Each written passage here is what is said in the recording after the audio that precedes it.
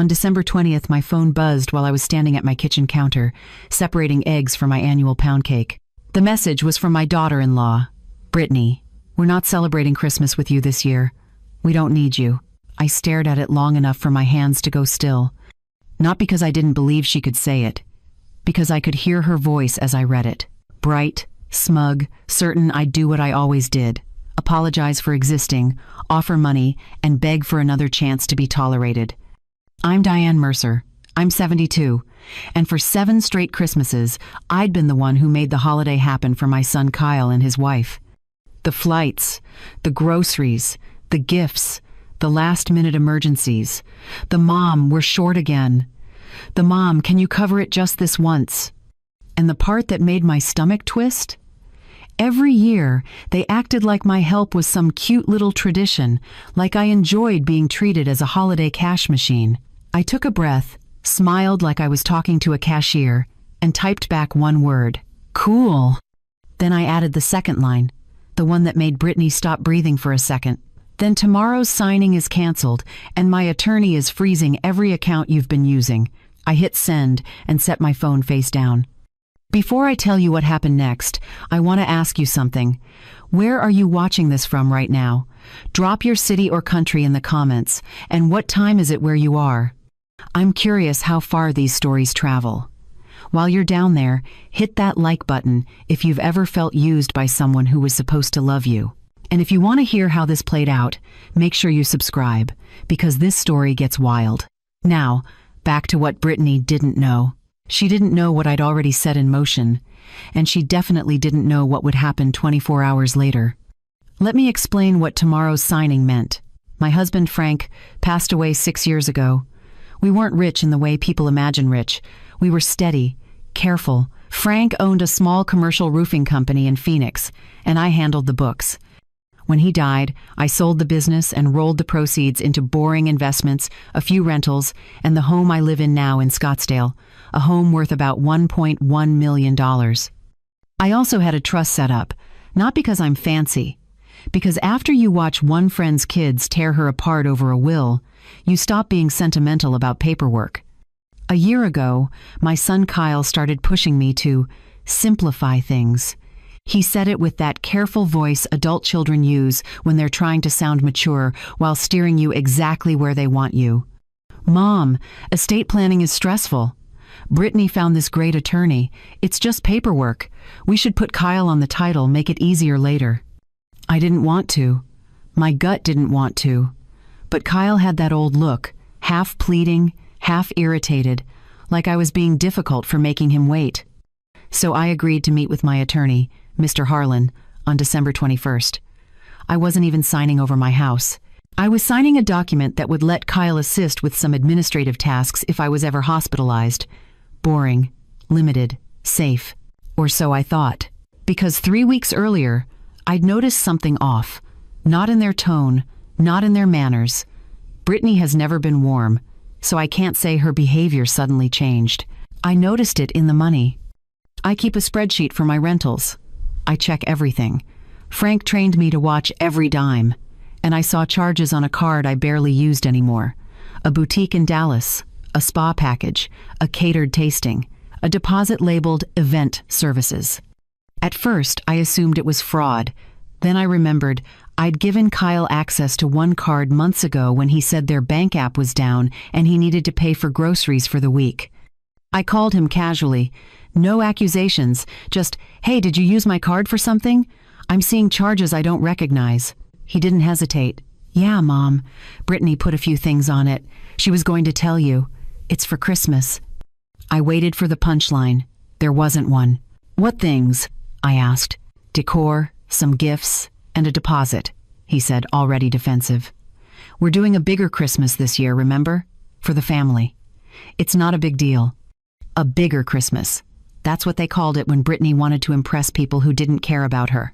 And that's when the quiet part of me, the part I used to ignore, sat up and said, if they're comfortable taking without asking now, they'll take more the moment they can.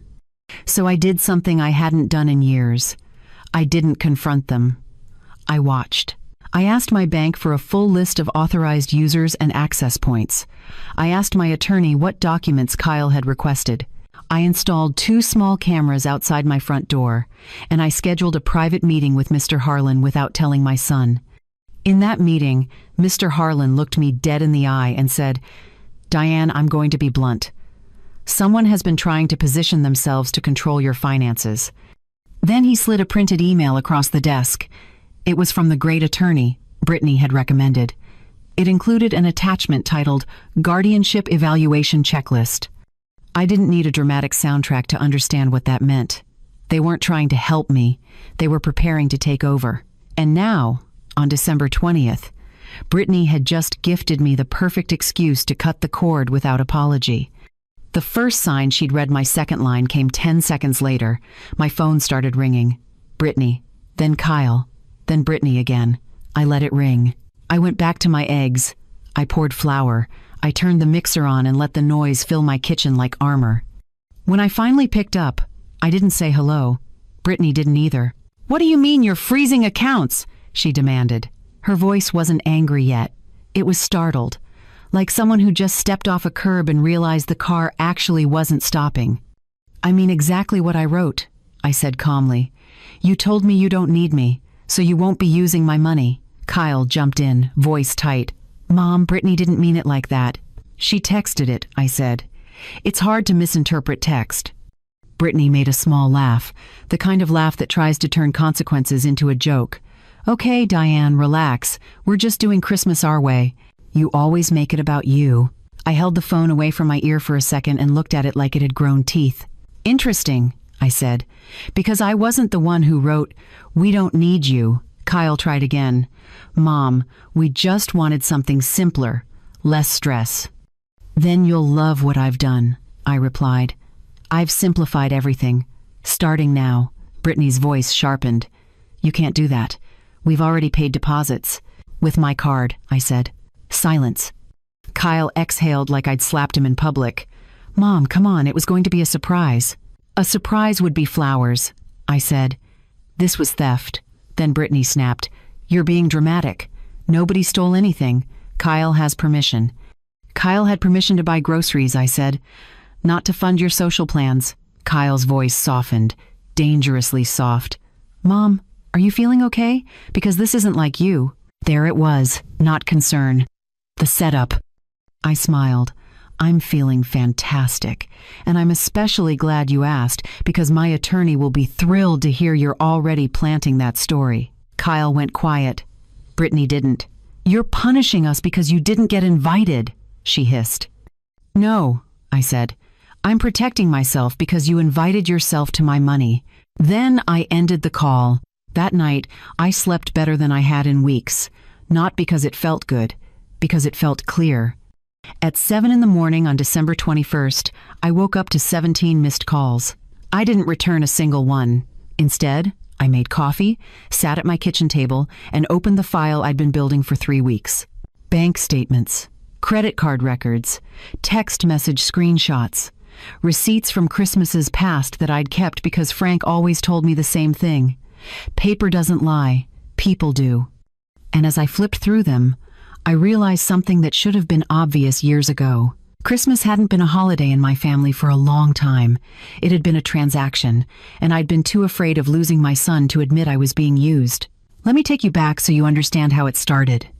The first Christmas after Frank died, Kyle called me in early November. His voice was careful, like he was stepping around broken glass. "Mom, I know this year is hard. Brittany and I were thinking maybe we could host, give you a break. You shouldn't have to cook and plan everything alone." I was grateful. I was drowning in grief, and the idea of not carrying the weight of a holiday sounded like mercy, so I said yes. 2 weeks later, Kyle called again. "Mom, quick question. The caterer needs a deposit. Can you cover it? We'll pay you back after Christmas." I didn't hesitate. I sent the money. It was $800. I told myself it was a gift. That's what mothers do. They never paid me back. The next year, it was the flights. "Mom, tickets are crazy expensive this season. Can you book ours? We'll Venmo you." The Venmo never came. The year after that, it was the gifts. "Mom, we're a little tight this month. Can you grab a few things for the kids? Just this once. Just this once became every single time. And somewhere along the way, I stopped being a mother they wanted to see. I became the budget line that made their version of Christmas possible. But here's the part that makes my chest tighten even now. I didn't just pay for things. I absorbed the guilt they wrapped around every request. Mom, everyone else's parents help out. Mom, we're trying to give the kids a good Christmas. Don't you want that? Mom, it's not like you're spending it on anything else. That last one came from Brittany 2 years ago, and it landed like a slap. Because what she meant was, you're alone, you're old, and your money might as well go to people who matter. I didn't argue. I wrote the check. Because I was terrified that if I said no, they'd stop calling altogether. And the sad truth? I was right.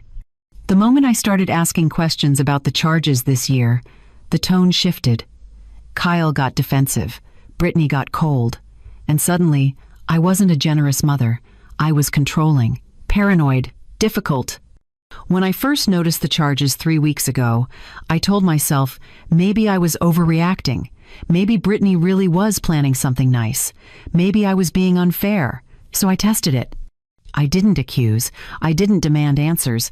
I just asked Kyle casually, "Hey, did you use my card for something? I'm seeing charges I don't recognize." And when he said, "Yeah, Mom," Brittany put a few things on it. She was going to tell you. It's for Christmas. I waited for him to say the next part. The part that mattered. We'll pay you back. He never said it. Instead, he said, "It's not a big deal." Not a big deal. As if I hadn't spent 7 years funding their version of family while being excluded from the actual moments. As if I hadn't been the one writing checks while they posted pictures of their perfect holiday, with me cropped out of the frame. I stayed quiet on that call. I didn't push. I just said, "Okay, thanks for letting me know." But inside, something shifted. Because I realized that if I confronted them directly, they'd do what they always did. They'd apologize just enough to make me feel guilty for being upset. They'd promise to do better. And then, 6 months later, it would happen again. So instead of arguing, I decided to do something I should have done years ago. I decided to verify everything. I went to my bank and requested a full breakdown of every account Kyle had access to. I asked for timestamps, amounts, and locations of every charge. I didn't tell Kyle I was doing it. I didn't tell anyone.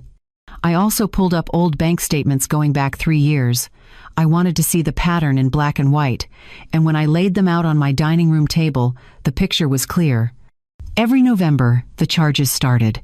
Small at first. A dinner here, a purchase there. Then, as December approached, they grew. Deposits, event services, boutique purchases, spa packages. And every January, the requests stopped. The calls became less frequent, the texts shorter. I wasn't their mother. I was their seasonal funding source. The hardest part wasn't the money. It was realizing how long I'd let it happen, how many times I'd swallowed my suspicion because I didn't want to be the mother who caused problems, the mother who made things awkward, the mother who got left behind. But as I sat there on the morning of December 21st, staring at my phone lighting up with call after call, I felt something I hadn't felt in years. Clarity. Brittany's text the day before, the one that said, "We don't need you," hadn't broken me. It had freed me, because the moment she put it in writing, she'd given me permission to stop pretending, to stop funding a relationship that only existed when my wallet was open.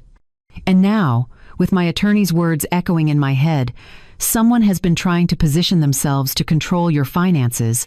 I understood the stakes. This wasn't just about Christmas. This was about my future, my security, my ability to make my own decisions for however many years I had left. So I made a choice. I wasn't going to argue with them. I wasn't going to explain myself. I wasn't going to beg them to see my side. I was going to protect what was mine, and I was going to do it quietly, carefully, and completely.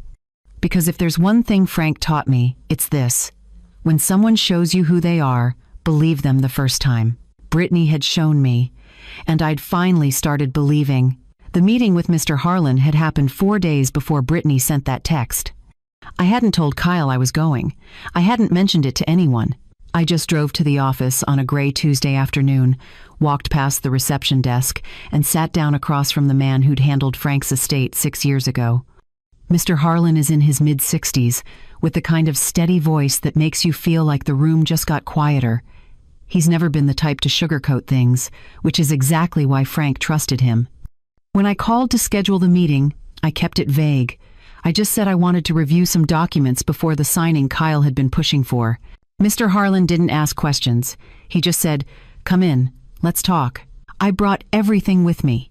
The bank statements, the credit card charges, the texts from Kyle about simplifying things, and the name of the attorney Brittany had recommended. Mr. Harlan spread the documents across his desk and studied them in silence for what felt like 10 minutes. Finally, he looked up at me. His expression was the kind you don't want to see from your lawyer. Serious, concerned, almost sad. "Diane," he said slowly, "I'm going to be blunt. Someone has been trying to position themselves to control your finances." I'd suspected it. But hearing it out loud, in that quiet office, made my stomach drop. "How?" I asked. He tapped the paper in front of him. "This attorney Brittany recommended. I know him. He specializes in elder law, which sounds helpful until you realize what that actually means in cases like this. He helps families navigate guardianship, conservatorship, and financial decision-making for older adults." "I'm not incapacitated," I said, my voice sharper than I intended. "I know," Mr. Harlan replied. "But that's not the standard they use to start the process. They just need to establish concern, confusion, difficulty managing affairs, and once that narrative is planted, it's very hard to disprove." He slid another document toward me. It was an email, printed and highlighted. The sender was the attorney Brittany had recommended. The subject line read, "Preliminary Assessment Materials." I scanned the attachment title, "Guardianship Evaluation Checklist." My hands went cold. "What does this mean?" I asked, even though I already knew. Mr. Harlan leaned back in his chair. "It means someone was preparing to make a case that you need help making decisions. And the person they were positioning as your primary decision maker wasn't Kyle." I stared at him. "Who?" "Brittany." The air went out of the room. I sat there, trying to process what he'd just said. My son's wife, the woman who'd barely spoken to me outside of holiday logistics and funding requests. The woman who'd just texted me, "We don't need you," was trying to put herself in charge of my money, my property, my life. "How is that even possible?" I whispered. Mr. Harlan's jaw tightened. "The document Kyle wanted you to sign wasn't just about helping with administrative tasks if you were hospitalized. It included language that would give him limited power of attorney, and buried in the fine print was a clause allowing him to delegate authority to a spouse in the event he was unavailable." I felt my chest tighten. Kyle wouldn't agree to that. Mr. Harlan didn't argue with me. He just said, "Kyle might not have read it carefully, or he might have been told it was standard. But Diane, the result is the same. If you'd signed that document, Brittany would have access. And once someone has access, it's much harder to take it back than it is to prevent it in the first place."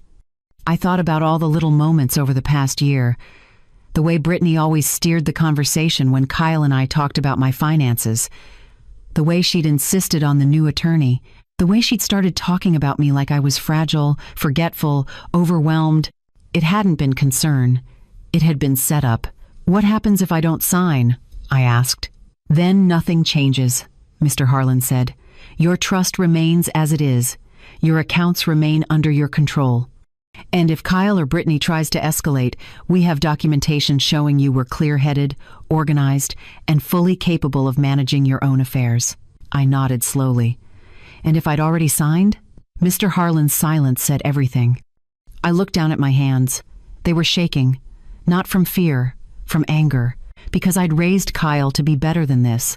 I'd taught him to be honest, to work hard, to stand on his own. And somewhere along the way, he'd stopped being the man I'd raised and started being the man Brittany needed him to be. Passive, agreeable, willing to look the other way while she maneuvered behind the scenes. "What should I do?" I asked. Mr. Harlan folded his hands on the desk. "First, cancel the signing. Don't explain why. Just cancel. Second, remove Kyle's access to anything financial. Cards, accounts, all of it.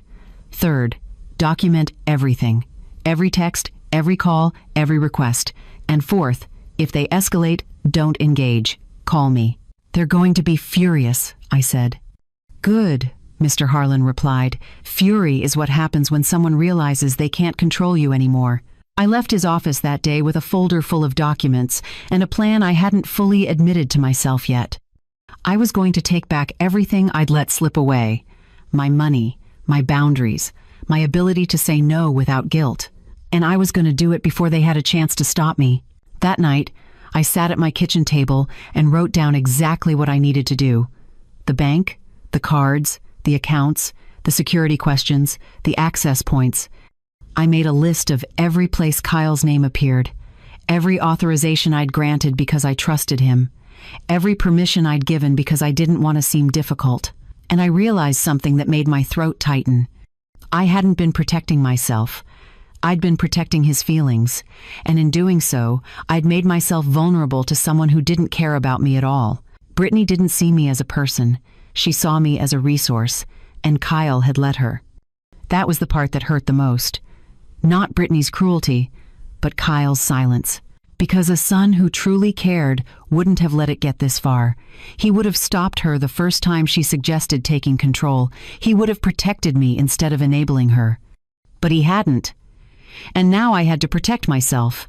The next morning, December 21st, I woke up early, dressed carefully, and prepared to do something I should have done the moment I first felt that whisper of doubt. I was going to close every door they'd been trying to open, and I was going to do it in a way that left no room for negotiation. Because if there's one thing I'd learned in 72 years, it's this: people will take as much as you let them. And the moment you stop letting them, they reveal exactly who they've been all along. I was ready to see the truth, even if it broke my heart. The bank opened at 9.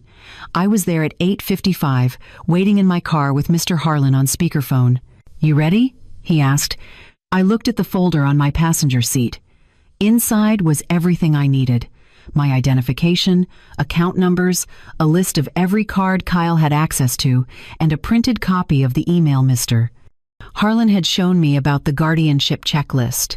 "I'm ready," I said. "Remember, Mr. Harlan continued, "you're not doing anything wrong. You're protecting your assets. If anyone questions your capacity to make these decisions, that's when you call me. Understood?" Understood. I walked into the bank with my shoulders back and my expression calm. The kind of calm that comes from knowing exactly what you need to do and refusing to apologize for it. The branch manager, a woman named Patricia, who'd helped me set up my accounts after Frank died, greeted me warmly. "Mrs. Mercer, good morning. What can we help you with today?" "I need to make some changes to my accounts," I said simply. "I'd like to remove an authorized user, replace my cards, and set up alerts for any unusual activity." Patricia nodded and gestured toward her office. "Of course, let's sit down and take care of that for you."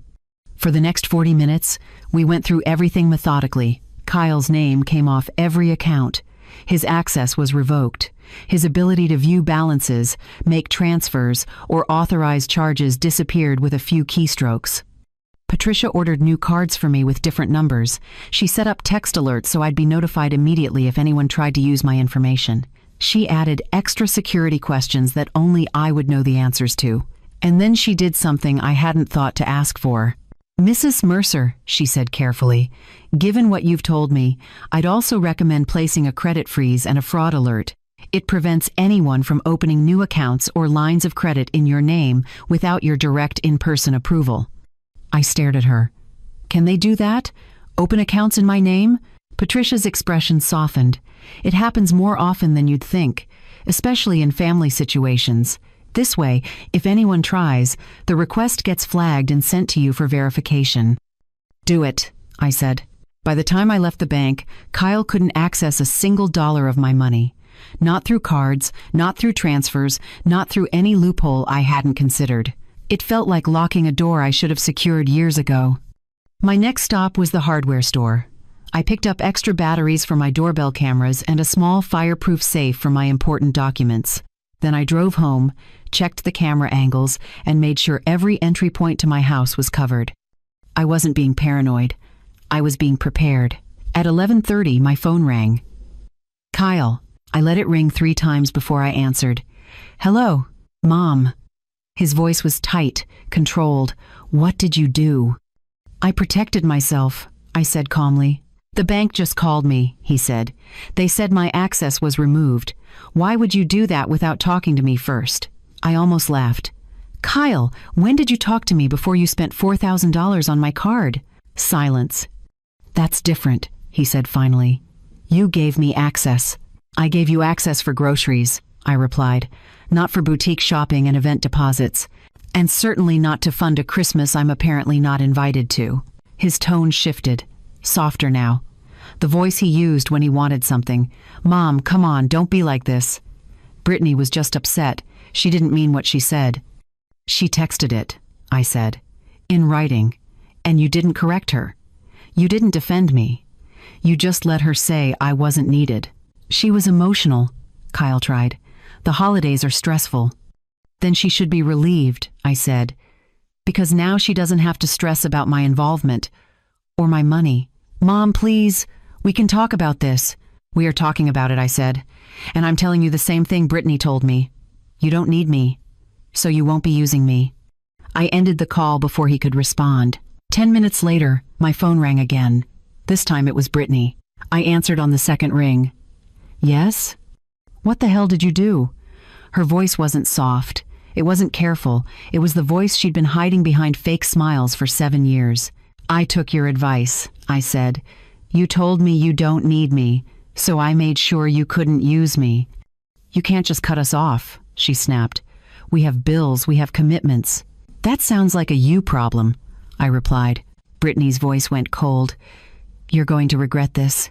Probably not, I said. But we'll see. You're making a huge mistake, she hissed. Kyle is your only son. You're going to lose him over this. I took a slow breath. Brittany, if the only way to keep my son is to let you steal from me, then I've already lost him. You just made it obvious. She started to say something else, but I hung up. My hands were steady. My heartbeat was calm. And for the first time in years, I didn't feel guilty for setting a boundary. I spent the rest of the afternoon organizing my documents. I made copies of everything.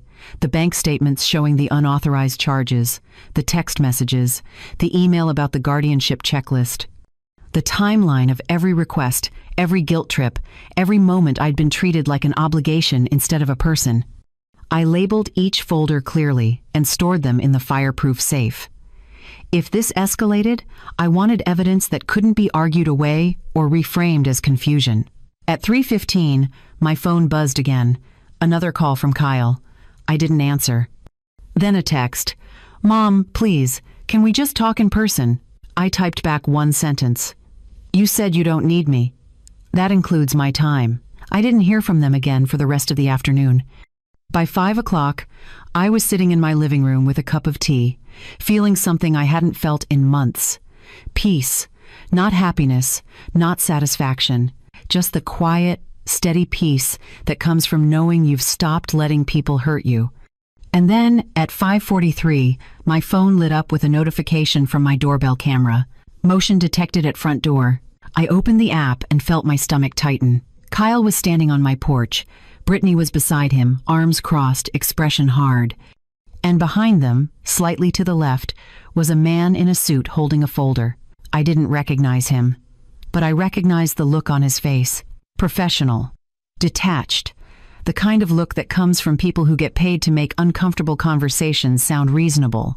I watched through the camera as Brittany stepped forward and pressed the doorbell. The chime echoed through my house. I didn't move. She pressed it again. Longer this time. Kyle leaned toward the camera. Mom, we know you're home. Open the door. I set my tea down carefully and picked up my phone. Because whatever was about to happen, I wanted it recorded. I stood in my living room, phone in hand, watching the three of them through my doorbell camera. Kyle looked uncomfortable. His hands were shoved in his pockets, and he kept glancing at Brittany like he was waiting for permission to speak. Brittany looked furious. Her jaw was tight, her arms crossed, and every few seconds she'd look directly at the camera with an expression that said she knew I was watching. But it was the man in the suit who made my pulse quicken. He stood slightly behind them, calm and composed, holding a leather folder against his chest. He wasn't looking at the camera. He was looking at my front door like he was already planning what he'd say when I opened it. Brittany pressed the doorbell again. I didn't move. Kyle leaned closer to the camera. "Mom, please, we just want to talk." I tapped the intercom button on my phone. My voice came through the speaker by the door, clear and steady. "What do you want?" All three of them looked up at the camera. Brittany spoke first. "We're coming in, Diane." "No," I said. "You're not." Kyle stepped forward, his tone softer now. "Mom, can we just talk in person? Please?" "We are talking," I replied, "and you can say whatever you need to say from where you're standing." The man in the suit cleared his throat. He had the kind of voice that was designed to sound reasonable, warm even. The voice of someone who wanted you to trust him.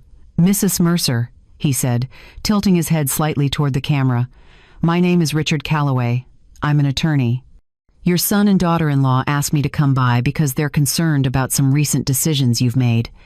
I felt my chest tighten, but I kept my voice level. "I didn't ask for your concern, or your visit." Richard smiled. It was the kind of smile that didn't reach his eyes. "I understand this might feel intrusive, but when family members notice changes in behavior or judgment, it's important to address those concerns before they become more serious." There it was, the language Mr. Harlan had warned me about. Changes in behavior, judgment, serious. He wasn't here to help me. He was here to build a case. "My behavior hasn't changed," I said calmly. "I made a financial decision to protect myself. That's not confusion. That's clarity." Brittany's voice cut through. "You cut off your own son, Diane. That's not clarity, that's paranoia." "I removed access from someone who was using my accounts without permission," I corrected. "That's called boundaries." Kyle shifted his weight. "Mom, you're misunderstanding what happened. We weren't trying to hide anything. We were planning a surprise."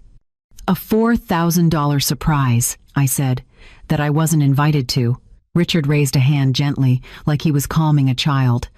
"Mrs. Mercer, I think there's been some miscommunication here. Your family is worried. They care about you. And sometimes, when we're under stress or feeling isolated, we can make decisions that don't reflect our best interests." I stared at the camera feed, watching him deliver his lines with practiced ease. Stress, isolated, decisions that don't reflect our best interests. Every word was carefully chosen, every phrase designed to plant doubt. "Mr. Calloway," I said, my voice colder now. "I'm 72, not 72 and incapable. I managed a business for 30 years. I handled my husband's estate after he passed, and I'm fully aware of what you're trying to do." His smile didn't falter. "I'm simply here to make sure you're safe and supported. Then you can leave," I said. "Because I'm both." Brittany stepped forward, her voice rising. "Stop being ridiculous and open the door. We're not leaving until we talk to you face to face." "Yes, you are," I replied. Kyle's voice cracked slightly. "Mom, please, just let us in. We're not trying to hurt you." "Then why did you bring a lawyer to my house?" I asked. He opened his mouth, then closed it. He didn't have an answer. "Because the truth was obvious. They hadn't come to talk. They'd come to intimidate, to corner me, to make me feel like I was the one acting unreasonably so I'd back down and give them what they wanted. But I'd spent too many years backing down, and I was done." Richard took a step closer to the door. "Mrs. Mercer, I understand you're feeling defensive, but refusing to engage with your family could be seen as a sign that you're not thinking clearly." There it was again, not thinking clearly. I took a slow breath. "Mr. Calloway, I'm going to say this once. You don't enter my home. You don't have my permission to be here. And if you don't leave in the next 60 seconds, I'm calling the police." Brittany laughed. It was sharp and ugly. "Go ahead. Call them. They'll see exactly what we're seeing. A confused old woman who's cutting off her family for no reason." Kyle looked at her, startled. "Brittany." She ignored him. Her eyes were locked on the camera, and for the first time, I saw what she really thought of me. Not as Kyle's mother, not as a person, as an obstacle. Richard held up a hand, his tone still calm. "Mrs. Mercer, there's no need for police. We're simply concerned family members checking on a loved one. You're trespassing," I said, "and I'm giving you one more chance to leave voluntarily." Brittany's face twisted into something close to a smirk. "You really think calling the cops is going to make you look good? A woman your age, locked in her house, refusing to talk to her own son? They're going to think exactly what we think." Kyle looked pale now. "Brittany, maybe we should just go." "No," she snapped. "She doesn't get to shut us out and act like we're the problem." I tapped the screen on my phone and pulled up the emergency dial. "I'm calling now," I said. Brittany's smirk widened. "Good. Let them see what you're really like." And that's when I realized something that made my hands go cold. She wasn't afraid of the police. She wanted them to come, because she thought they'd take her side. She thought they'd see a frail old woman acting erratically and a concerned family trying to help. She thought this was another move in whatever plan she'd been building. She thought I'd fold the moment authority showed up. But what Brittany didn't know, what she couldn't have known, was that I'd been preparing for this exact moment since the day I met with Mr. Harlan. I had documentation. I had evidence, and I had a lawyer who'd told me exactly what to say. So I pressed the call button, kept my eyes on the camera, and waited for the dispatcher to pick up. Kyle looked at Brittany, his face tight with worry. "This is bad. This is really bad." Brittany didn't look worried at all. She looked triumphant. And that was the moment I knew this wasn't going to end with a conversation. It was going to end with a choice. Theirs or mine. And I'd already made mine. The dispatcher's voice was calm and professional. 911. "What's your emergency?" "This is Diane Mercer. I'm at 4782 East Saguaro Lane in Scottsdale. There are 3 people on my front porch refusing to leave my property. I've asked them to go multiple times, and they're refusing. Are you in immediate danger, ma'am?"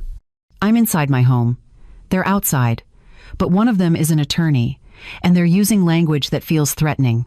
I'd like an officer to come and help them understand they need to leave. Are any of these people family members?" I hesitated, then answered truthfully. "One is my son. One is my daughter-in-law. The third is a lawyer they brought, without my knowledge or consent." There was a pause. "Officers are on the way, ma'am. Stay inside and keep your doors locked." "Thank you." I hung up and kept watching the camera feed. Brittany was still staring at the lens, arms crossed. Kyle had moved back a step, his face pale. Richard was speaking quietly to them, though I couldn't hear what he was saying. 12 minutes later, a patrol car pulled up to the curb. 2 officers stepped out. One was older, probably in his 50s, with the kind of steady presence that comes from years of handling situations exactly like this. The other was younger, a woman with her hair pulled back tight, her expression neutral but attentive. They approached the porch, and I watched through the camera as Brittany's entire demeanor shifted. The hard edge disappeared.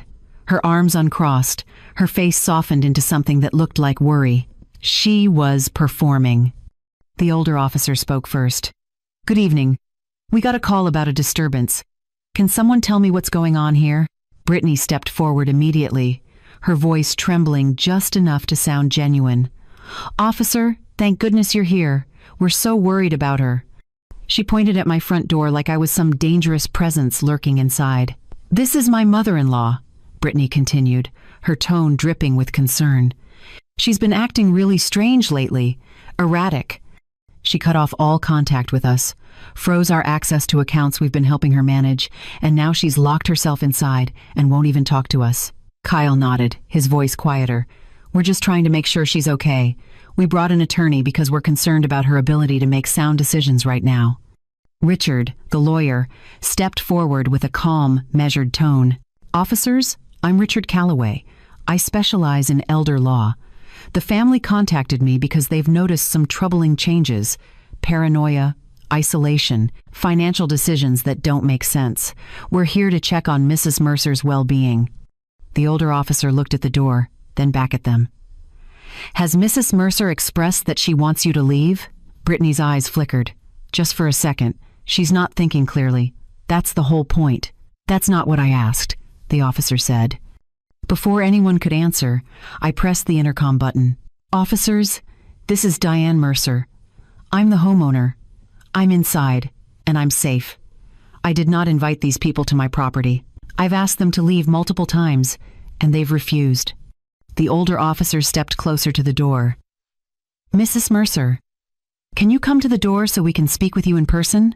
"Yes," I said. "Give me one moment." I grabbed my phone, made sure the recording was still running, and walked to the front door. I unlocked it but kept the security chain in place. Then I opened it just enough to see the officers clearly. The older officer looked at me, his eyes scanning my face. Not with suspicion. With assessment. I met his gaze directly. "Good evening, officers. Thank you for coming." "Mrs. Mercer," he said, "your family says they're concerned about you. They mentioned some recent behavior that's worrying them." I nodded. "I understand that's what they told you, but I'd like to show you something." I held up my phone and pulled up the text message from Brittany, the one from December 20th. "This is a message my daughter-in-law sent me yesterday," I said, turning the screen toward him. It says, "We're not celebrating Christmas with you this year. We don't need you." The officer leaned in slightly, reading the message. I continued, my voice calm and clear. "After I received that text, I made a financial decision. I removed their access to my bank accounts, which they had been using without my permission to make purchases I didn't authorize. I also canceled a meeting with my attorney where they were trying to get me to sign documents that would have given them control over my assets." I looked at Brittany, then back at the officer. "They didn't come here because they're worried about me. They came here because I stopped letting them use my money." Brittany's voice rose, the careful tone slipping. "That's not true. We were helping you. You asked us to." "I asked Kyle to buy groceries," I said. "I didn't ask you to spend $4,000 on event deposits and boutique shopping." The younger officer spoke up, her tone measured. "Mrs. Mercer, do you feel safe right now?" "I feel safe inside my home," I replied. "I do not feel safe with them on my property, which is why I called." The older officer turned to Brittany, Kyle, and Richard. "Mrs. Mercer has asked you to leave. You need to go." Brittany's composure cracked. "You're not listening. She's not well. She's confused. She's making decisions that are going to hurt her." "Ma'am," the officer said, his voice firm now, "Mrs. Mercer is lucid, coherent, and clearly able to communicate her wishes. She doesn't want you here. You need to leave now." Richard stepped forward, his voice still calm. "Officer, with all due respect, we have legitimate concerns about Mrs. Mercer's capacity to make informed decisions." "Then you take those concerns through the proper legal channels," the older officer replied. "But you don't do it by showing up uninvited and refusing to leave when asked. That's trespassing." Kyle's face went pale. He looked at Brittany, then at the officers. "We didn't mean for it to go like this." "Then you should have left when she asked," the younger officer said. Brittany's jaw tightened. For a moment, she looked like she wanted to argue further. But the older officer's expression made it clear the conversation was over. "You need to leave now," he repeated. "If you come back without Mrs. Mercer's permission, you'll be arrested." Brittany's eyes flashed with something ugly. She turned toward the camera one last time, her voice tight. "This isn't over, Diane." "Yes, it is," I said quietly. Kyle looked like he wanted to say something, but Brittany grabbed his arm and pulled him toward the driveway. Richard followed, his expression unreadable. The officers waited until all three of them were in their cars and driving away before turning back to me. "Mrs. Mercer," the older officer said, "are you sure you're okay? Do you need anything?" "I'm fine," I said. "Thank you for your help." He handed me a card. "If they come back, call us immediately. And if you need to document any of this for legal purposes, ask for a copy of tonight's report." "I will," I said. "Thank you." After they left, I closed the door, locked it, and stood in my entryway for a long moment. My hands were steady, my breathing was calm, and I felt something I hadn't expected. Relief, because I'd been right. I'd stayed calm, presented facts, and the officers had seen exactly what was happening. Brittany's performance hadn't worked. Kyle's worry hadn't swayed them, and Richard's professional concern had been dismissed for what it was, an attempt to intimidate. I walked back to the living room, sat down, and exhaled slowly. It was over, or so I thought. At 7:30 that evening, my phone rang. The number was local but unfamiliar. I answered cautiously. "Hello? Mrs. Mercer? This is Sandra Pruitt from Adult Protective Services. I'm calling because we received a report of concern regarding your welfare." I'd like to schedule a time to meet with you and conduct a wellness check. My stomach dropped. Someone had filed a report, and I had a pretty good idea who. I kept my voice steady. A wellness check. Of course. When would you like to meet? Sandra's tone was professional but not unkind. Would tomorrow morning work? Around 10? That's fine, I said. I'll be home. Perfect. I'll see you then, Mrs. Mercer. After she hung up, I sat on my couch and stared at my phone. They'd done it. Brittany and Kyle had filed a report claiming I was incapable, confused, or worse. And now a government caseworker was coming to evaluate whether I needed intervention. For a moment, I felt the weight of it. The audacity. The manipulation. Then, I felt something else. Clarity. Because if they wanted to play this game, I'd already prepared for it. I called Mr. Harlan. He answered on the second ring. Diane, what happened? Adult Protective Services just called. Someone filed a report. They're coming tomorrow at 10 for a wellness check. There was a pause. Brittany and Kyle? Who else? I said. Mr. Harlan's voice was calm. Okay, here's what you do. Welcome the caseworker. Answer every question honestly and completely. Show them your home. Show them your documents. Show them you're organized, coherent, and fully capable. And most importantly, tell them the truth about what's been happening. What if they don't believe me? I asked. They will, he said, because you have evidence, and people who file false reports usually don't expect the person they're targeting to be prepared. That night, I didn't sleep much. Not because I was afraid, because I was getting ready. I cleaned my kitchen until it gleamed. I organized the folders on my dining room table. Bank statements, text messages, the doorbell footage, the police report number from earlier. I laid out my medications in their labeled containers to show I was managing them correctly. I made a fresh pot of coffee and set out 2 cups. By 9:45 the next morning, I was dressed neatly, my hair brushed, my house spotless. When the doorbell rang at exactly 10, I opened the door with a calm smile. Sandra Pruitt was in her early 40s, with kind eyes and a clipboard. She wore a lanyard with her credentials and carried a leather bag over her shoulder. Mrs. Mercer? She said. Yes, please come in. She stepped inside, her eyes scanning the entryway, the living room, the organized space. I could see her taking mental notes. Thank you for meeting with me, Sandra said. I know this might feel uncomfortable, but I want you to know I'm here to make sure you're safe and supported. I appreciate that, I said. Would you like to sit down? I made coffee. She smiled. That would be nice. We sat at my dining room table. I poured her a cup and set it in front of her. She took a sip, then set down her clipboard. Mrs. Mercer, I received a report of concern regarding your welfare. The person who filed it expressed worry about recent changes in your behavior and your ability to manage your affairs. Can you tell me a bit about what's been going on? I nodded. I can, and I have documentation to support everything I'm going to tell you. Sandra's eyebrows lifted slightly. Go ahead. I started from the beginning. I told her about Frank's death 6 years ago, about managing the business, the estate, the careful planning, about Kyle and Brittany's increasing financial requests, about the charges I'd discovered on my card without authorization. Then I showed her the text message, the one from December 20th. Sandra read it, her expression neutral. And what did you do after receiving this? I responded calmly, I said. I told them that if they didn't need me, they wouldn't be using my money. Then I contacted my bank and my attorney to protect my assets. I slid the bank statements across the table, the highlighted charges clear and undeniable. Sandra studied them carefully. These charges were made without your permission? Kyle had access to one card for emergencies. He used it to spend $4,000 on event planning and personal purchases without asking me. When I questioned it, he said it was for Christmas. A Christmas I wasn't invited to. Sandra's pen moved across her notepad. I continued. Yesterday, they showed up at my house with an attorney. They refused to leave when I asked. I had to call the police. I pulled up the doorbell footage on my phone and played it for her. Sandra watched in silence as Brittany demanded entry, as Richard used language about confusion and judgment, as I calmly asked them to leave. When the video ended, Sandra sat back in her chair. Mrs. Mercer? She said slowly. The report I received described you as paranoid, isolated, and making irrational financial decisions. What I'm seeing here is something very different. What are you seeing?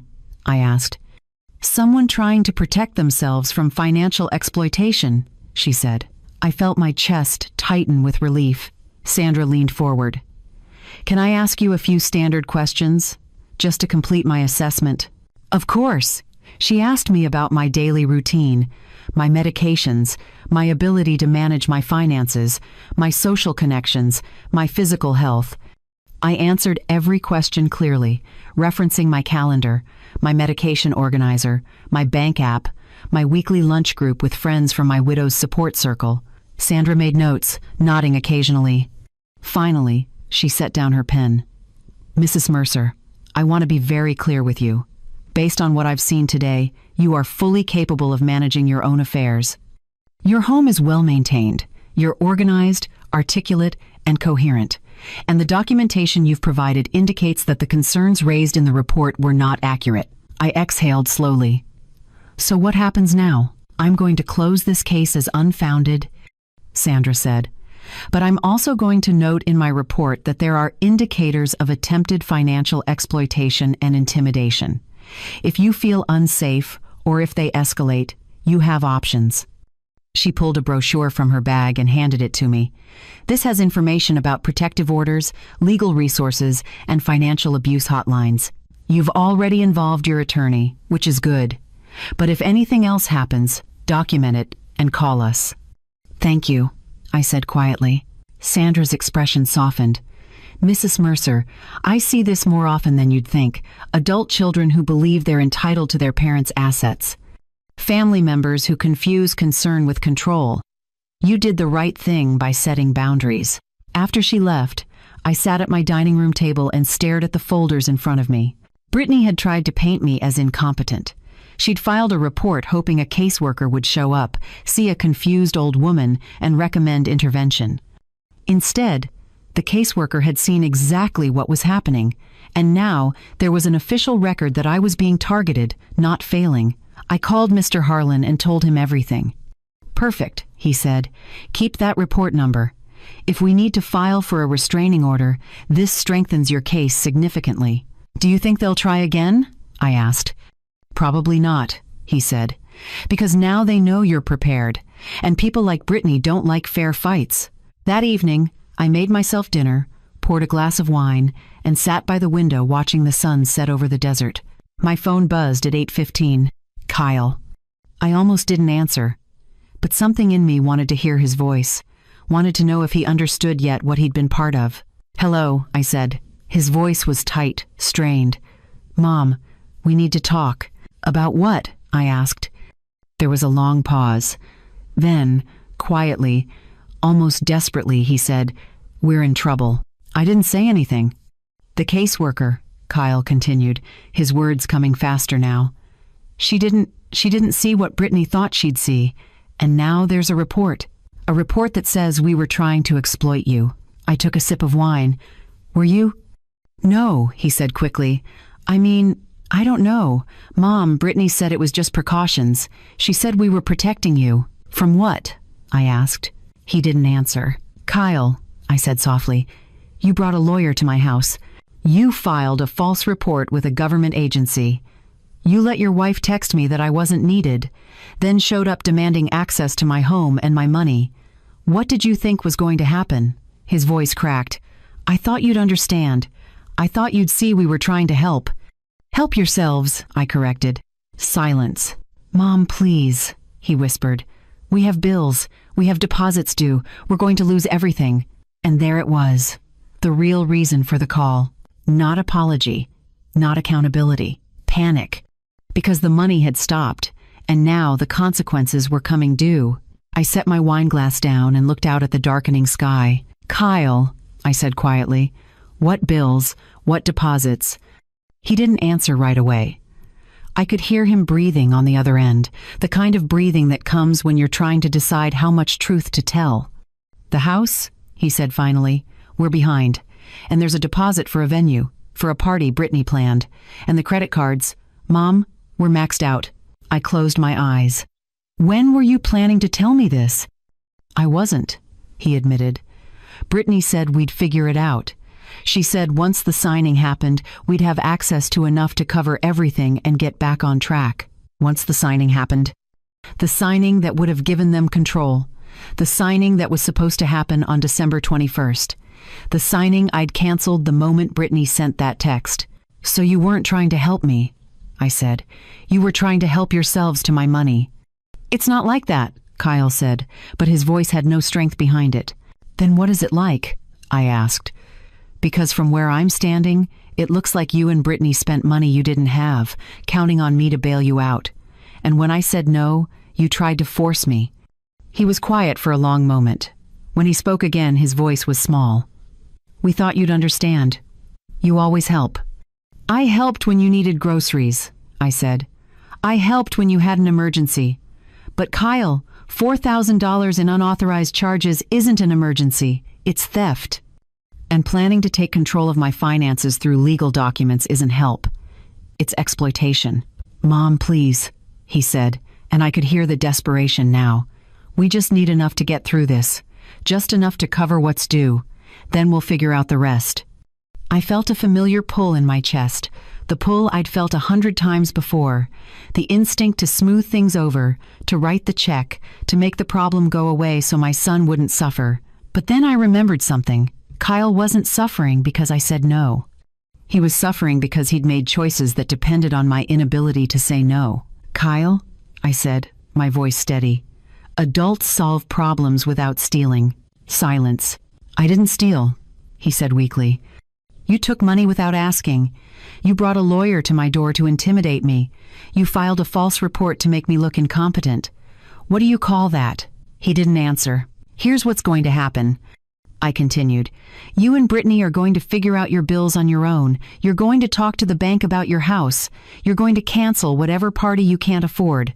And you're going to stop expecting me to fund a life you're pretending to live. Mom, we can't just cancel, Kyle said, his voice rising. We'll lose the deposit. We'll lose everything. Then you'll learn a very expensive lesson, I replied. But it won't be my lesson to pay for. Kyle's breathing quickened.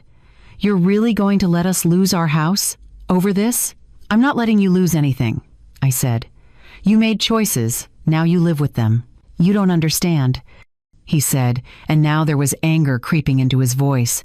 You have plenty. You don't need all that money. You're just sitting on it while we're drowning. And there it was.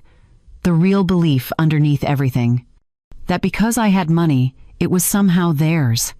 That because I didn't need it the way they did, I owed it to them. Kyle, I said softly. My money isn't your safety net. It's my security. And I'm not going to give that up because you and Brittany can't manage a budget. Mom, please, he whispered. I'm begging you.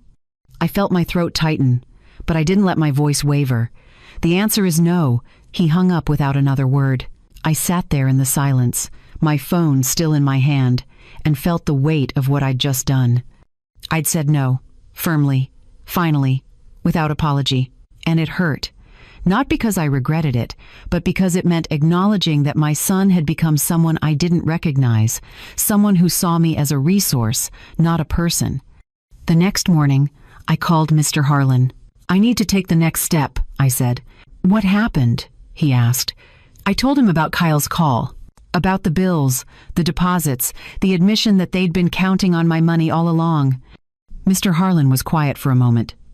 Then he said, Diane, I think it's time to file for formal protection, a restraining order and documentation that clearly establishes boundaries. Will that make things worse? I asked. It'll make things clear, he said. Right now, they think if they push hard enough, you'll give in. A court order removes that hope. Do it, I said. That afternoon, Mr. Harlan prepared the paperwork. A request for a restraining order based on intimidation, attempted financial coercion, and the false APS report. He included the text message, the doorbell footage, the police report, and the caseworker's findings. This should be straightforward, he said. You have clear evidence, and the fact that they escalated to a wellness check after being told to leave shows a pattern. When will the hearing be? I asked. Probably within the week, he said. I'll push for expedited scheduling given the circumstances. I spent the rest of the day trying to keep my mind occupied. I went to the grocery store, I returned emails, I watered my plants. But underneath everything was a low hum of anxiety, not about the hearing, about what came after. Because I knew Brittany, and I knew that when someone like her got cornered, they didn't back down gracefully. They escalated. At 4:30 in the afternoon, my phone rang. It was Mr. Harlan. "Diane," he said, his tone serious. "I just got notification. Brittany's attorney filed something this morning."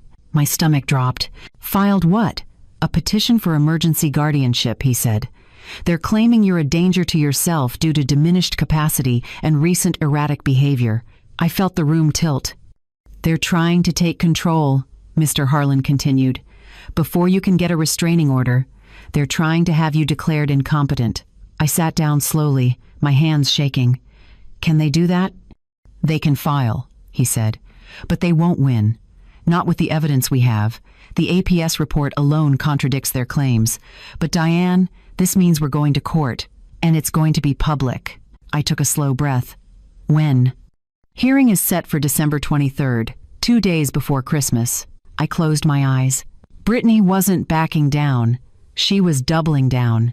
And now, instead of a quiet resolution, this was going to become a fight. A fight where my capacity, my judgment, and my entire life would be scrutinized in a courtroom. "What do I need to do?" I asked. "Be ready to tell the truth," Mr. Harlan said, "and trust that the truth is enough." I hung up and sat in my quiet living room, staring at the wall. In 2 days, I'd be standing in front of a judge, defending my right to control my own life. And my son and his wife would be sitting across from me, trying to take it away. Before I could stop myself, I thought about Frank, about what he would say if he were here. And I knew exactly what he'd say. "Fight, Diane. Fight like hell." So that's what I was going to do. December 23rd arrived cold and clear. I dressed carefully that morning. A navy blue suit Frank had always said made me look professional. Simple earrings, minimal makeup. I wanted to look like exactly what I was, a 72-year-old woman who had her life together. Mr. Harlan picked me up at 8:15. We didn't talk much during the drive to the courthouse. He'd already briefed me twice on what to expect, what questions might come, how to stay calm no matter what Brittany or her attorney said. "Remember," he told me as we parked, "this isn't about winning an argument. It's about presenting facts. Let the evidence speak." I nodded, gripping my folder of documents. The courtroom was smaller than I'd imagined. Wood paneling, fluorescent lights, rows of benches that reminded me of church pews. The judge's bench sat elevated at the front, empty for now. We took our seats on the left side. Moments later, the door opened and Brittany walked in with Richard Calloway, the attorney from my porch. She was dressed like she was going to a funeral. Black dress, understated jewelry, her face arranged in an expression of deep concern. She didn't look at me as she sat down on the opposite side of the courtroom. Kyle arrived a few minutes later, alone. He looked terrible. His suit was wrinkled. His face was drawn. He slid into the bench behind Brittany but didn't sit next to her. That told me something. At exactly 9 o'clock, the bailiff called the room to order. "All rise." The Honorable Judge Patricia Brennan presiding. Judge Brennan was in her early 60s, with sharp eyes and an expression that suggested she'd heard every story twice. She settled into her chair, opened a file, and looked at both sides of the courtroom. "This is an emergency hearing regarding a petition for guardianship filed by Brittany Mercer on behalf of Diane Mercer. I've reviewed the petition and the opposition. Mr. Stamm, Calloway, you filed the petition. Proceed." Richard stood, his voice smooth and practiced. "Thank you, Your Honor. My client, Brittany Mercer, is deeply concerned about her mother-in-law, Diane Mercer. Over the past several weeks, Mrs. Mercer has exhibited troubling behavior. She's isolated herself from family. She's made sudden, irrational financial decisions. She's refused help from loved ones who only want to ensure her safety and well-being." Judge Brennan looked at him. "What specific behavior are you referring to?" She abruptly cut off her son's access to accounts he'd been helping her manage. She canceled an important legal meeting without explanation. And when family members attempted to check on her welfare, she called the police and refused to speak with them. The judge made a note. Anything else? Yes, Your Honor. Mrs. Mercer has become increasingly paranoid, accusing family members of theft when they were simply assisting with household expenses, as they've done for years. Judge Brennan turned to Mr. Harlan. And your response? Mr. Harlan stood, his tone measured. Your Honor, Mrs. Mercer is not incapacitated. She is protecting herself from financial exploitation. We have extensive documentation to support this, including unauthorized charges, attempts to gain legal control over her assets, and a fraudulent report filed with Adult Protective Services. The judge nodded slowly. Let's start with Mrs. Mercer. Mrs. Mercer, please approach. I stood and walked to the witness stand. The bailiff asked me to state my name, and I did so clearly. Judge Brennan looked at me directly. Mrs. Mercer, can you tell me in your own words what's been happening? I took a breath.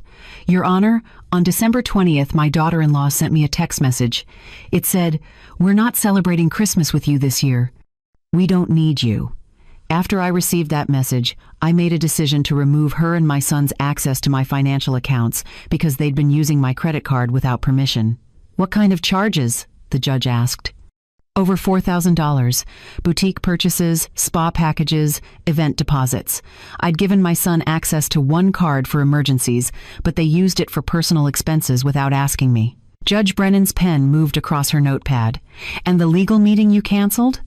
I was scheduled to sign a document that would have given my son limited power of attorney, but my attorney discovered that the paperwork included language allowing my son to delegate that authority to his wife. I canceled the meeting because I realized I was being positioned to lose control of my own assets. The judge looked at Brittany. Mrs. Mercer, the younger. You sent that text message on December 20th? Brittany stood, her voice soft. Yes, Your Honor, but it wasn't meant the way Diane is describing it. We were just trying to have a quieter Christmas. She's been so controlling about the holidays, and we needed space. Judge Brennan's expression didn't change. You told a 72-year-old widow that you don't need her, and you expected that to be received as a request for space? Brittany hesitated.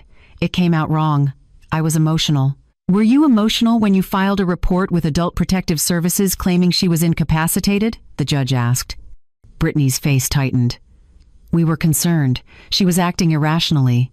According to the APS caseworker's report, Judge Brennan said, flipping through her file, Mrs. Mercer was found to be fully capable, organized, and coherent. The caseworker noted indicators of attempted financial exploitation and intimidation. Does that sound irrational to you? Brittany opened her mouth, then closed it. Richard jumped in. Your Honor, the family was simply trying to protect Mrs. Mercer from making decisions that could harm her financially. By taking control of her finances? The judge asked. By ensuring she had support, Richard said smoothly. Judge Brennan turned back to me. Mrs. Mercer, do you have the text message? Yes, Your Honor. I handed my phone to the bailiff, who passed it to the judge. She read it in silence. Then she looked at Brittany. Mrs. Mercer, did you write this? Yes, Brittany said quietly. And what did you mean by, we don't need you? Brittany's voice wavered. I meant we didn't need her to host Christmas. That's not what you wrote, the judge said. You wrote, we don't need you. Not, we don't need you to host. Just, we don't need you. The courtroom was silent. Judge Brennan set the phone down. Mr. Harlan, you mentioned additional evidence? Mr. Harlan stood. Yes, Your Honor. Doorbell camera footage showing the family arriving with an attorney and refusing to leave when asked. A police report documenting the incident, bank records showing unauthorized charges, and the APS report clearing Mrs. Mercer of any concerns. He handed everything to the bailiff. Judge Brennan reviewed each document carefully. When she looked up, her expression was firm. I'm denying the petition for guardianship, she said. Mrs. Mercer has clearly demonstrated capacity. The evidence suggests the concerns raised were not about her well-being, but about access to her assets. Brittany's face went pale. Kyle looked at the floor. The judge continued. Furthermore, I'm granting Mrs. Mercer's request for a protective order. Mrs. Brittany Mercer and Mr. Kyle Mercer are prohibited from contacting Mrs. Diane Mercer, or coming within 500 feet of her residence for a period of 6 months. She paused, her tone sharpening. And I'm referring this matter to the appropriate office for review. The financial pattern documented here suggests possible elder exploitation, and that warrants further investigation. Brittany's eyes went wide. Richard leaned over, whispering urgently. Judge Brennan looked at me. Mrs. Mercer, if you experience any further contact or harassment, you call the police immediately. Understood? Yes, Your Honor, I said. This hearing is adjourned. The gavel came down. I stood slowly, my legs shaking. Mr. Harlan put a hand on my shoulder. You did it! Across the courtroom, Brittany was speaking rapidly to Richard, her face twisted with anger. Kyle sat frozen, staring at nothing.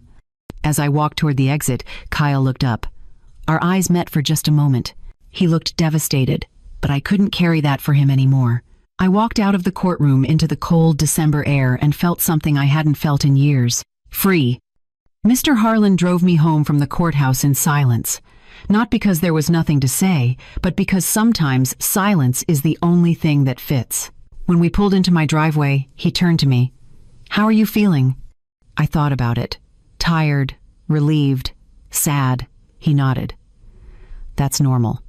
You just fought for your right to exist on your own terms. That takes something out of you. It does. I agreed. What are you doing for Christmas? He asked.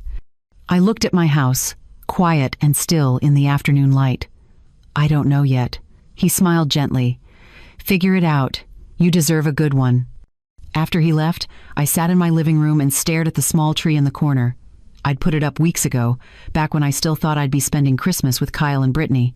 Back when I still believed we were a family. Now it just looked sad.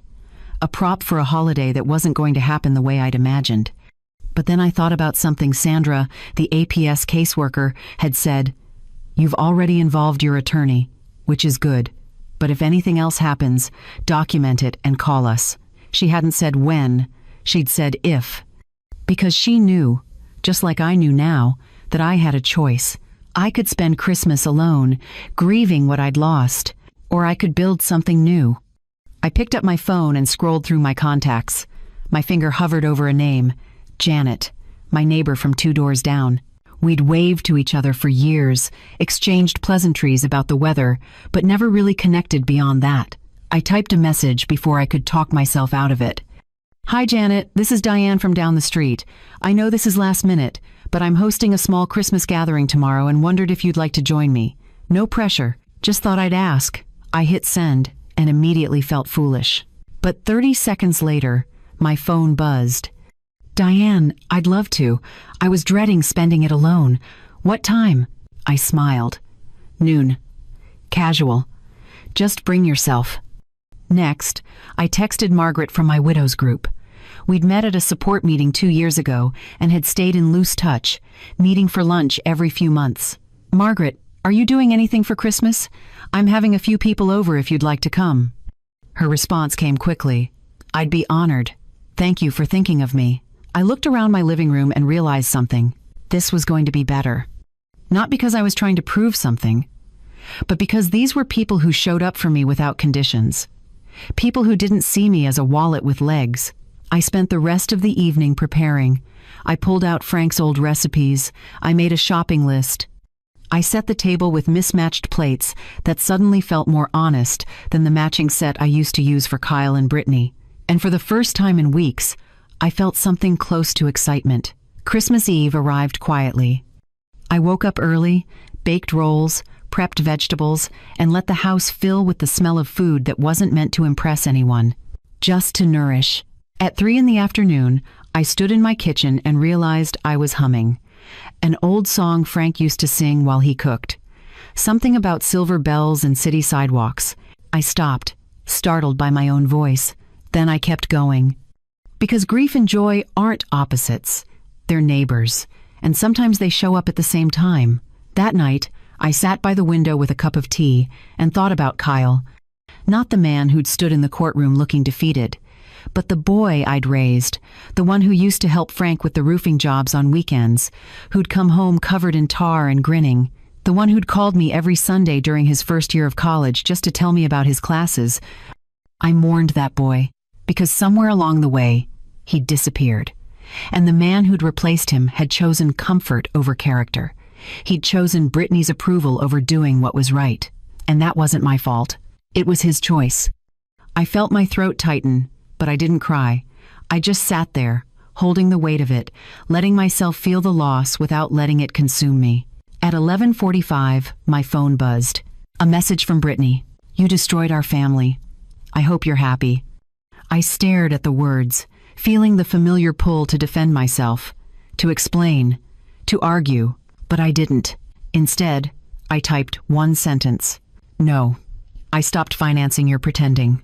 I hit send and turned off my phone. Because I was done letting her rewrite the narrative, done accepting blame for refusing to be used. I went to bed that night and slept deeply. Christmas morning arrived with clear skies and the kind of quiet that only comes a few times a year. I woke up at 7, made coffee, and stood in my kitchen looking at the food I'd prepared, the rolls warming in the oven, the table set for 4, the small tree glowing in the corner. It wasn't the Christmas I'd planned. It was better. At 11:30, Janet arrived with a bottle of wine and a nervous smile. "I hope this is okay." I wasn't sure what to bring. "It's perfect," I said, welcoming her in. Margaret showed up 20 minutes later with a homemade pie and a hug that lasted longer than expected. "Thank you for this, Diane. You have no idea how much I needed it." And then there was one more guest I hadn't planned for. My neighbor from across the street, Paul, an older man who'd lost his wife the year before. I'd invited him on a whim the night before, not expecting him to say yes, but he did. By noon, my house was filled with laughter, small stories, shared memories of people we'd lost, and holidays we'd survived. Nobody asked me about Kyle. Nobody pried into why I was hosting instead of traveling. They just showed up, and that was enough.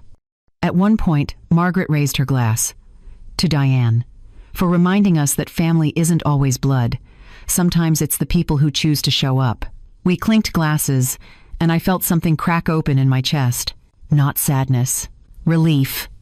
Because I'd spent so many years trying to hold together a version of family that only existed in my imagination. And now, sitting at this mismatched table with people who genuinely wanted to be here, I realized what I'd been missing. Connection without conditions. Love without transactions. Presence without price tags. After dinner, we sat in the living room exchanging small gifts. Nothing expensive, just thoughtful gestures. A book Margaret thought I'd like, a candle from Janet, a box of chocolates from Paul. I hadn't expected gifts, but I'd prepared small things just in case. A scarf for Margaret, a plant for Janet, a bottle of whiskey for Paul. It was simple, honest, real. By 4 o'clock, everyone had left, and my house was quiet again. But it wasn't the lonely kind of quiet. It was the kind that comes after something meaningful. After connection. After choosing yourself without apology. I cleaned up slowly, washing dishes and humming that same song from the night before. And then, just as I was drying the last plate, I heard it. A knock at the door. I froze. It was Christmas evening. Everyone I'd invited had already left. I walked slowly to the door and checked the camera feed on my phone. Kyle was standing on my porch. Alone. No Brittany. No attorney. No folder. Just my son, holding a small wrapped package, his face drawn and tired and something else I couldn't quite name. Vulnerable. I stared at the screen, my hand hovering over the lock. And I realized this was the moment everything had been leading to. Not the courtroom, not the protective order, not even Brittany's angry text. This. The moment where my son showed up without his handler, and I had to decide if there was anything left worth saving. I took a slow breath. Then I opened the door. Kyle stood on my porch, red-eyed and trembling slightly in the evening cold. He looked like he hadn't slept in days. The small, wrapped package in his hands was shaking. "Mom," he said quietly, "can I come in?" I didn't move aside immediately. "What happened?" He swallowed hard. "Brittany said if I came here, I was choosing you over her." "And?" I asked, my hand still on the doorframe. Kyle's voice cracked. "I told her she doesn't get to make me choose. Not like that. Not after what she did." I studied his face. For the first time in years, he wasn't looking past me or around me or through me. He was looking at me, really looking. And I saw something I hadn't seen since he was a boy. Fear, not of me, of himself, of what he'd become. I stepped aside. "Come in." Kyle walked into my warm living room and stopped, staring at the simple tree, the mismatched plates still on the counter, the half-empty pie on the table. "You had people over," he said softly. "I did," I replied. He looked around like he was seeing my house for the first time. "It feels real."